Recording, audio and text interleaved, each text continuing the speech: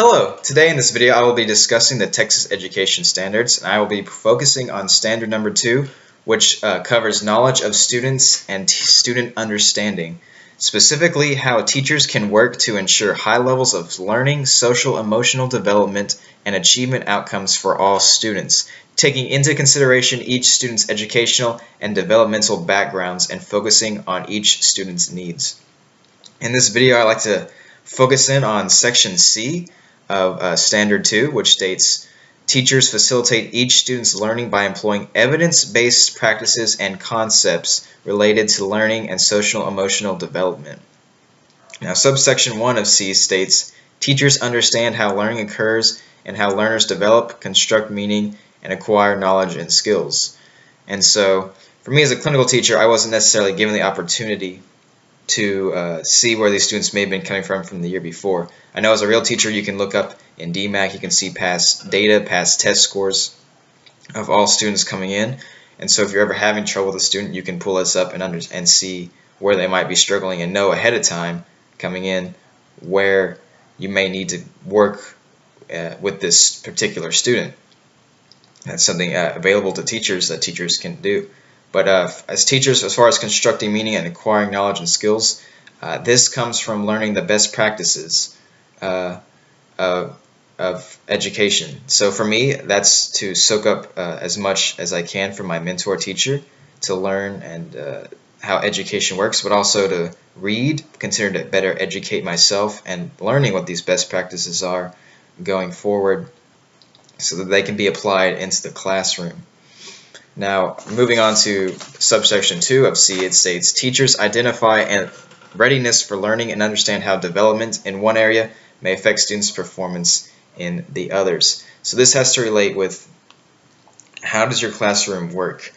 How can you grow in one area and how will this affect another? And I think an emphasis has been put on education recently in growth. I think the STAR test and the TEKS and how everything in education is going away from necessarily how well you're doing, how well your score is, to how well is the growth. I think the state is looking to measure growth more now than it ever has in the past, and this is a big deal, especially at my school. We have something called PR, personal records, and teachers can post them on the outside of their classrooms. They're all over the school, and if students are beating their personal records on testing or other certain activities or whatnot, they get recognized for that. In fact, these students get called over the intercom and recognized for beating their personal records. So we're focusing on showing growth and development, and I think we have to focus on rewarding growth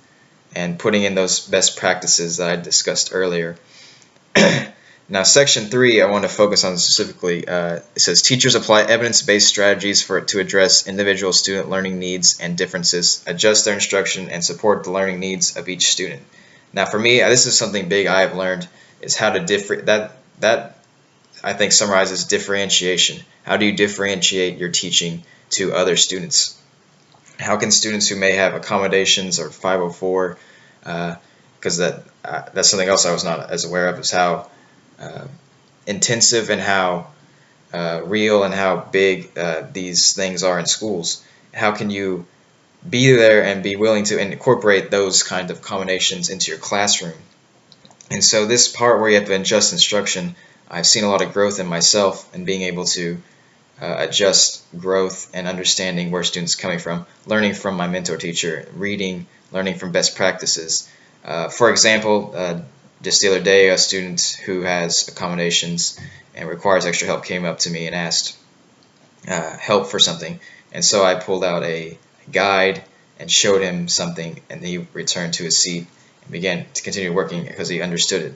Now, if another student did ask me, and this is a higher level student, and so this student I didn't do that. I showed him where to find information and how he could do it on his own, because I knew that this student was capable of doing that, and this student would work better finding this information on their own and doing the work that the other student was not necessarily. It might take them too long, and they might get distracted doing this. So it's putting focus on what your goals are for your students, differentiation, and I think above all else, I don't believe in lowering the standards. I believe you should keep the standards high and make all students try to shoot for that high standard. You shouldn't lower your standards, because then it's going to lower the standards of your high and as well. So have high standards, and always base where you are off your objectives. This is something else I learned, is to have objectives and to measure them. And you can do this by checking each day if the objective you had the day before is still understood. If not, you need to reteach it. But this is something I've shown growth in, and for my artifact, I'd actually like to turn us around here. Turn us over to this computer right here, and it's going to show you an objective that I would include on a PowerPoint. This is a PowerPoint I have made, and this is an objective that we use in our classroom. So we would state this objective going forward into the classroom every single day. Every single day we have on a PowerPoint an objective, and then so this objective says I can locate place of importance during the 17th century. Now this is a lower level objective on Bloom's scale, but it is important for us to cover this. So then we did this map activity where we discussed how the map changed, and then we led into this. Now we always state the objective beforehand, and then tomorrow we have a new objective, but we can go back to this previous objective and review it and how it was important on this map activity. So stating the objective, measuring yourself to the objectives, following these objectives will help you meet, I think, provide the best measure of how well your students are doing and how you need to meet any needs beyond that for your students. Because if your students aren't meeting the objective, then you definitely need to go back and change where you're coming from and meet those different learning needs for those specific students.